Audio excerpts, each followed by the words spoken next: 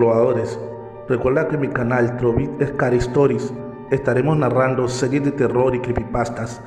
Próximamente, el diario de un asesino. Así que suscríbete y activa la campanita de notificaciones. La desaparición de Mariel, primera parte, escrito por Anaís Veloz. No querrás que te lo cuente. En la descripción, el link de su página de Facebook. Síguela. Estoy completamente seguro que Mariel presentía su muerte, decía mi afligido padre. Aún no entiendo cómo fue que nos cambió la vida en un abrir y cerrar de ojos. Y con esto no quiero decir que esperaba tener la vida y la familia perfecta. Solo esperaba un poco de protección de mi gobierno, de nuestras autoridades. Mas sin embargo, fueron meses de evasivas hasta pasar al punto de amenazas y de malos tratos. Fuimos una cifra más para la prensa local. Quisimos alzar la voz y quisieron callarnos con dinero. Por Dios, ¿cómo pagas el dolor y el sufrimiento de un padre y una madre? ¿Cómo siquiera pueden imaginar que con dinero cerrarán la herida que llevamos en el corazón por un hijo desaparecido, por un hijo muerto? Decía mi padre entre lágrimas cuando se encontraba frente al procurador. Mire, señor, no estamos para sentimentalismo. Yo le recomiendo que tome los 20,000 pesos que muy amablemente le manda el gobernador y se deje de chingaderas. Solo recuerde que tiene un par de hijas más y sería muy lamentable que también les pasara algo a ellas. Me está amenazando, señor procurador. Por supuesto que no, don Rubén. ¿Cómo va usted a pensar eso? Mejor tome el dinero y gásteselo con sus hijas. Váyanse a comer por ahí o cómprele una vela a la difuntita. ¿Sabe qué, señor procurador? Mejor quédeselo usted y espero que ese dinero le alcance cuando le desaparezcan a uno de sus hijos. Ojalá le sirva para curar las heridas que se le hacen a uno en el corazón que no se ven. Pero viera cómo duelen, señor. O mejor aún, que ese fajo de billete le sirva para limpiarse las lágrimas de sangre que tendrá que derramar cuando le toque estar en mi lugar, le respondió mi padre aventándole el dinero sobre el escritorio. Mi padre se retiró de ahí y llegó a la casa asqueado de la corrupción, y fue entonces que nos habló a Karen y a mí. Nos platicó de la acalorada discusión que había tenido con el procurador, luego de que éste le hubiera ofrecido dinero para dejar de buscar a Mariel, y sobre todo para que dejara de hacerlo público, pues mi papá se había encargado de hacer marchas, plantones, carteles, incluso había ido a la radio y a la televisión para pedir ayuda. Teníamos inundadas las redes sociales con fotos de mi hermana, pero hasta ahora nada de eso había funcionado. Mi padre era un hombre muy inteligente, pues desde la desaparición de Mariel se había vuelto bastante precavido, meticuloso y calculador, a tal grado que había llevado una grabadora oculta en el bolsillo de su saco y pudo grabar la conversación completa con el procurador. Pero por ahora, te contaré cómo fue que comenzó este infierno. Mariel por fin regresaría a clases presenciales después de casi 2 años de estudiar en casa, y eso no la tenía muy contenta, pues decía que prefería seguir tomando clases en línea, pero mi padre no se lo permitió, motivo por el cual Mariel comenzó a hacerle una escena. Decía no sentirse preparada para estar en contacto nuevamente con sus compañeros. Le dio más de 10 razones para no asistir, pero mi padre le descartaba cada una de ellas. Así que ese lunes por la mañana, mi padre le preparó el desayuno a Mariel, y esta antes de marcharse se detuvo en la puerta. Miró a mi padre nuevamente intentando que la dejara quedarse en casa, y al ver que no tenía respuesta alguna, se marchó lanzándonos un beso mientras nos burlábamos de ella, pues aunque era la más pequeña, siempre terminaba poniendo orden con sus locuras. Ese maldito día fue bastante extraño, pues Mariel solía mandarnos mensajes durante la mañana aún estando molesta. Ella jamás perdía comunicación con nosotras, pero esa vez no fue así. Algo me preocupaba. Llamé a mi hermana para averiguar si Mariel se había puesto en contacto con ella, pero dijo que no, que era muy probable que yo hubiera hecho amigos, por eso había olvidado mandarnos mensajes. Así que no te preocupes, Rosario. Mariel ya está creciendo y no siempre tendrá tiempo para sus viajes hermanas. Ay, Karen, Mariel apenas está por cumplir los 17 años. ¡Qué grande va a estar!, le dije con un nudo en la garganta. Y es que por más que mi padre y Karen dijeran que todo estaba bien, algo dentro de mí me decía que no era así. Era tanta mi angustia que pedí permiso para salir temprano del trabajo. Pasé por una pizza y me fui a casa esperando que al llegar, Mariel estuviera en casa. Pero no fue así. Esperé algunos minutos y decidí llamar a Mariel, pero su teléfono estaba apagado. Eso hizo que me alertara aún más, pues ella jamás apagaba su teléfono y siempre llevaba consigo una pila extra. Karen fue la segunda en llegar y al verme ahí se asustó bastante, pues mi hora de salida era a las 5 de la tarde. Rosario, ¿pasó algo?, me preguntó sobresaltada.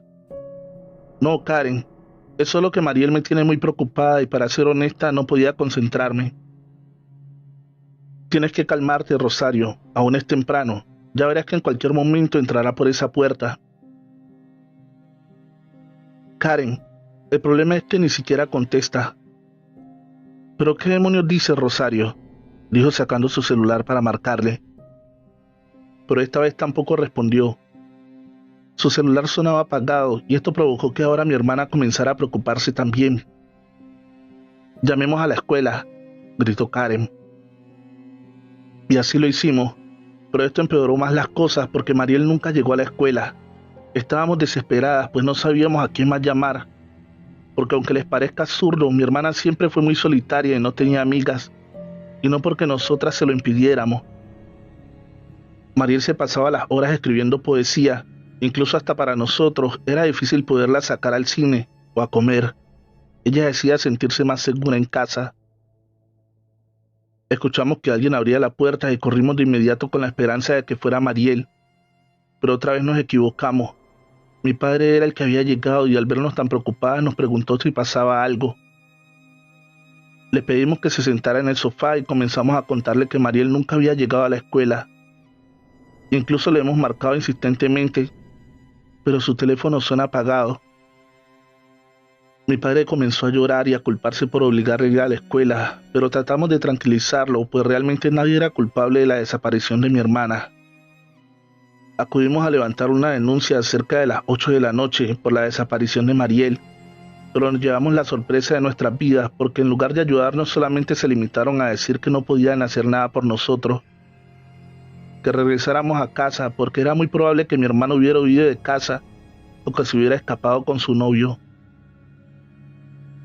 ¿Cómo se atreve a decir eso de mi hermana si no la conoce?, le gritó Karen enfurecida.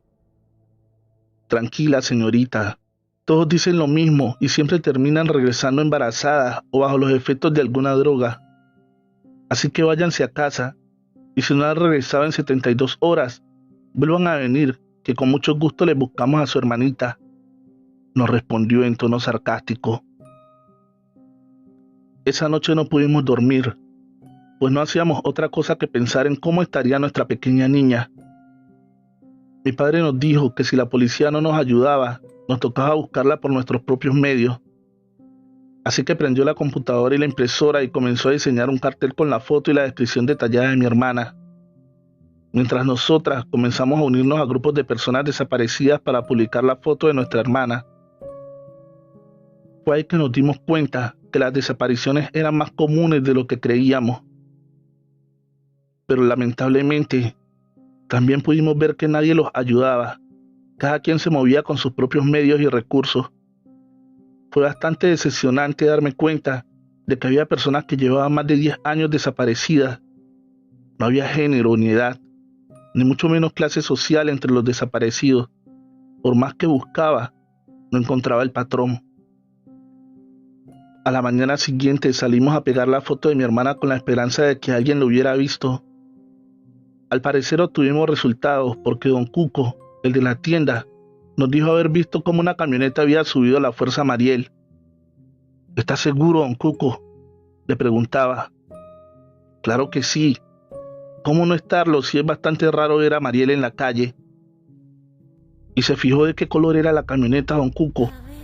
Vio el lugar exacto de donde se la llevaron. Bombardeaba a mi padre a don Cuco con sus preguntas. Sí, don Rubén. A su hija la subieron aquí en la esquina mientras esperaba el autobús. Y la camioneta era roja, si mal no recuerdo. Don Cuco, ¿podría prestarme las grabaciones de sus cámaras de seguridad? Ay, don Rubén, la mera verdad yo no quisiera meterme en problemas, le decía don Cuco nervioso. No se preocupe, yo le aseguro que usted no tendrá problema alguno, ya que jamás diré que usted fue el que me las dio, se lo juro. Don Cuco, tenga piedad de mí. Don Cuco se las dio de no muy buena gana, no sin antes advertirnos que él nos acusaría de robo si nos atreviéramos a involucrarlo. Le dimos las gracias y nos fuimos de inmediato a la fiscalía a mostrarle las pruebas, donde se veía claramente quiénes eran los que se habían llevado a mi hermana. Pero al vernos, el tipo que nos había atendido la noche anterior nos miró bastante disgustado y solo se limitó a decirnos que aún no habían pasado las 72 horas que... ¿Qué demonios hacíamos ahí? Que solo entorpecíamos su trabajo. Pero señor, trataba de hablar mi padre. No lo escucharé. Vaya a su casa a esperar a su hija. Señor, ¿podría prestarme solo un poco de atención? Aquí tengo las pruebas de que mi hija fue secuestrada, le gritó molesto mostrando el CD que traía en la mano. Está bien, pasen a mi oficina. Al entrar metió el CD a su computadora y al ver la camioneta, de inmediato enfureció y comenzó a gritarnos que desde cuándo teníamos eso, que a quién se lo habíamos mostrado, que si teníamos alguna otra copia, y le dijimos que apenas lo habíamos conseguido y que nadie aparte de nosotros lo había visto y que tampoco contábamos con ninguna copia. Al escucharnos decir esto, nuevamente cambió su actitud hacia nosotros. Ahora era muy amable y atento y se comprometió formalmente a hacerse cargo personalmente del caso, cosa que nos pareció bastante extraño, pues se había alterado demasiado por un simple video. Nos pidió que nos fuéramos a casa a descansar un poco y apenas supiera algo de él, se comunicaría con nosotros de inmediato. Y al no tener otra opción, accedimos. Él nos acompañó hasta la puerta y sacó un billete de a 200 para que pagásemos el taxi. Nos quedamos afuera de la oficina porque Karen tuvo que ir al baño. Y ahí pudimos escuchar una de las tantas conversaciones malévolas y asquerosas que jamás imaginamos. ¿Los vieron, cabrones? ¿Cómo pudieron ser tan pendejos? No te atrevas a decirme que no, si estos hijos de la chingada los tienen grabados. Sí, afortunadamente yo tengo la única copia. Ahorita les voy a mandar el video para que vean en qué chingados la cagaron. No pueden seguir cometiendo errores. Mi padre y yo estábamos helados con lo que estábamos escuchando, cuando fuimos interrumpidos por Karen, que había regresado del baño. ¿Qué es lo que hacen pegados a la puerta? Por Dios, Karen, cállate, le dijimos a la par. Tuvimos que irnos y dejar de escuchar, pues la indiscreción de Karen nos había puesto en evidencia. Tomamos el primer taxi que estaba a la salida de la fiscalía, y justo cuando iba a comenzar a contarle lo que habíamos estado escuchando al otro lado de la puerta, mi padre me codió fuertemente para que guardara silencio. Al principio me molestó bastante y le hice una seña de desaprobación. No entendía el porqué de su actitud, incluso me sorprendió más cuando mi padre le pidió que nos bajara varias cuadras antes de llegar a casa, y fingió que buscaba sus llaves para entrar a una casa que no era la de nosotros.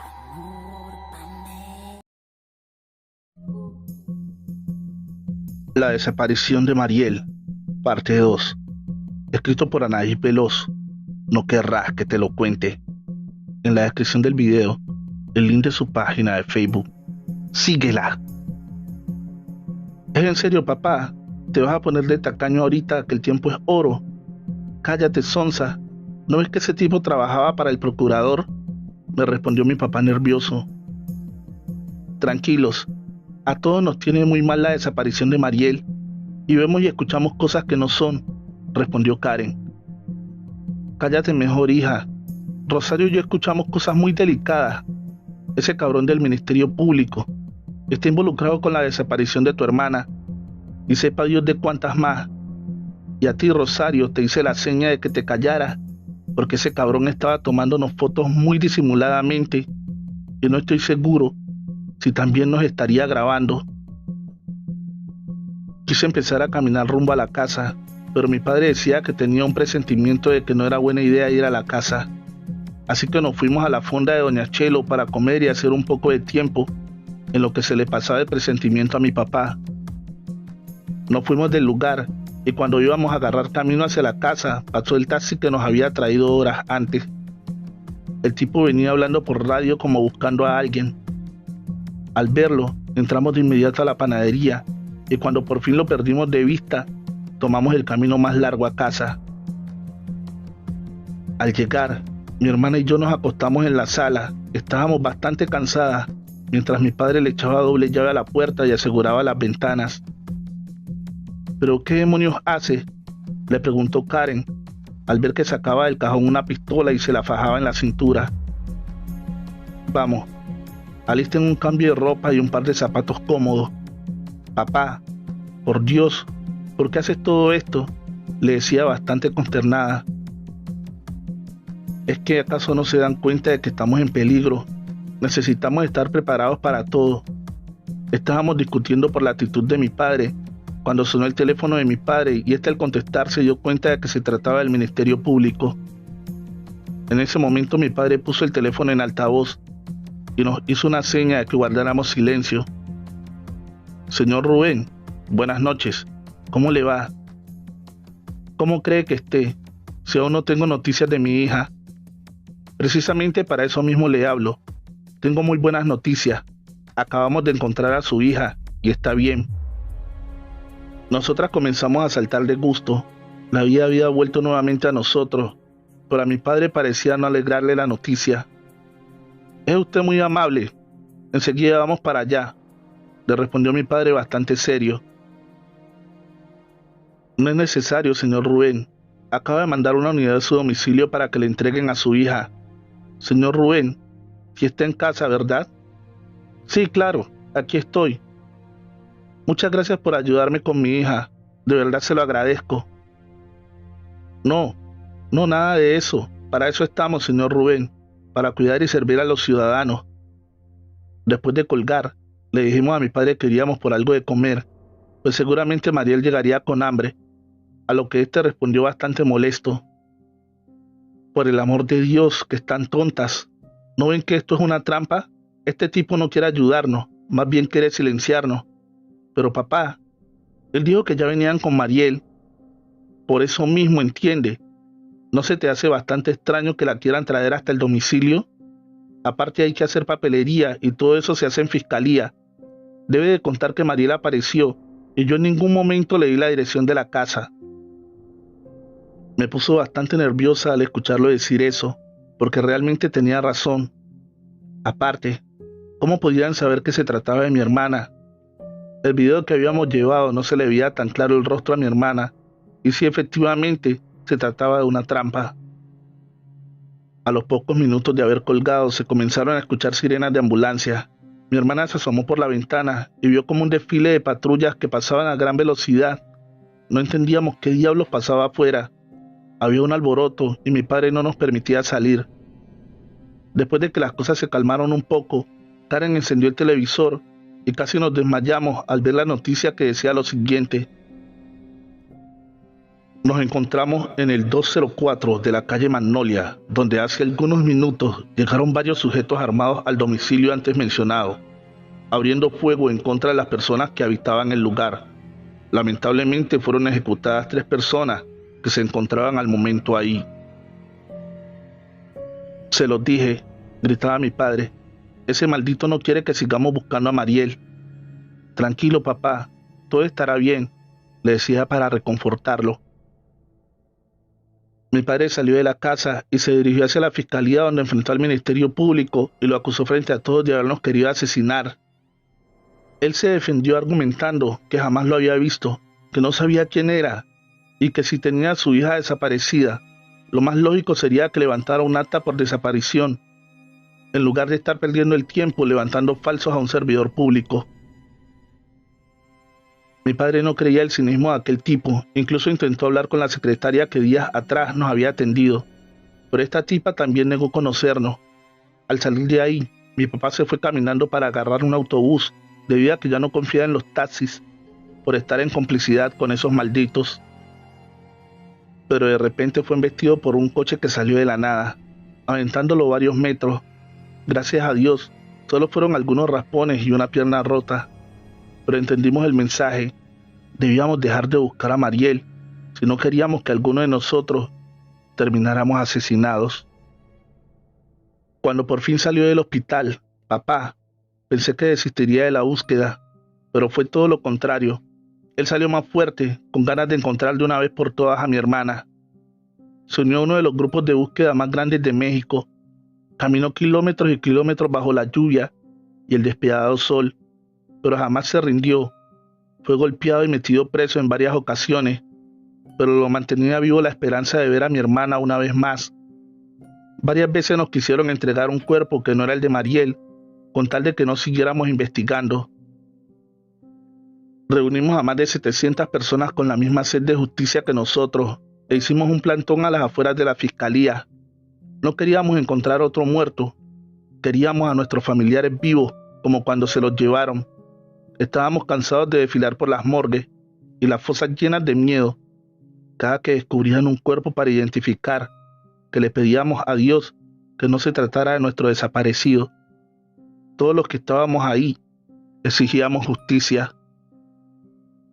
Las autoridades se lavaban las manos diciéndonos que nuestros desaparecidos eran narcotraficantes, prostitutas y ladrones.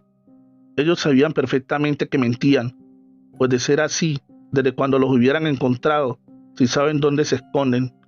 Mas sin embargo, a los que se llevaban eran jóvenes estudiantes, deportistas, padres trabajadores, que los exhibían como los peores delincuentes. Intentaron que desistiéramos con granaderos que nos gaseaban y nos golpeaban, pues según ellos alterábamos el orden público. Hicimos tanto ruido ese día que no le quedó de otra al gobernador que comprometerse a que haría una supuesta investigación interna. Esto llenó de temor al desgraciado del Ministerio Público y su gente. Querían salir bien librados de esta, pues sentían que su caída era inminente. No podían dejar testigos de sus fechorías. Así que yo no sé cómo demonios dieron con la tienda de Don Cuco, y un día en la noche entraron a su tienda, lo golpearon para después ahorcarlo con su propio cinturón. No podíamos creer lo que le habían hecho. Nos sentimos culpables de su muerte, porque de no habernos entregado la grabación, aún seguiría con vida. Ahora entiendo por qué la mayoría de la gente se hace de la vista gorda ante algunos sucesos de corrupción, porque la mayoría de los mexicanos fingimos no ver cuando golpean, asaltan o intentan secuestrar a alguien. Los afectados o las familias de los afectados les llamamos falta de empatía, pero siendo sinceros, solo quieren sobrevivir. Opinas diferente cuando eres el afectado, pero se te olvida que no viste nada cuando le sacan la cartera en el metro a la señora de enfrente. Vivimos en un mundo donde luchamos para malvivir, donde el rico se vuelve más rico y el pobre miserable. Las investigaciones del gobernador arrojaron como resultado lo que ya todos sabíamos: la caída de varios funcionarios públicos. Rodaron varias cabezas ese día, y una de ellas, y la que más nos interesaba, fue la del Ministerio Público, que se relacionó con secuestro, trata de blancas, prostitución, asesinato, extorsión y una lista interminable de cargos. Fue detenido junto a 5 sujetos, pero de mi hermana aún no sabíamos nada. Catearon su casa y ahí encontraron pruebas que lo llevaron a un rancho a las afueras de la ciudad, que estaba a nombre de un tío del cabrón del Ministerio Público. Lo más curioso era que el tipo había muerto hacía 10 años y la propiedad la habían adquirido hace 4 años. Al llegar a aquel domicilio, las autoridades quedaron horrorizadas, pues no esperaban encontrarse con una escena así de macabra. Abrieron una de las puertas de lo que parecía ser una bodega que se encontraba luego. Luego ingresaron al rancho. Ahí encontraron a un joven no mayor de 35 años, bajo los efectos de alguna sustancia, mientras intentaban introducir una pierna humana en un tambo de metal.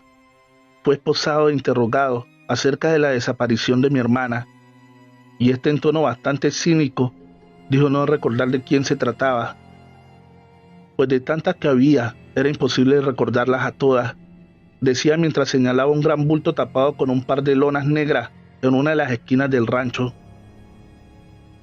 Se acercó al comandante a cargo y levantó la lona con la mano bastante temblorosa. Lo hizo lentamente, pues no sabía lo que le esperaba debajo de esa maloliente lona.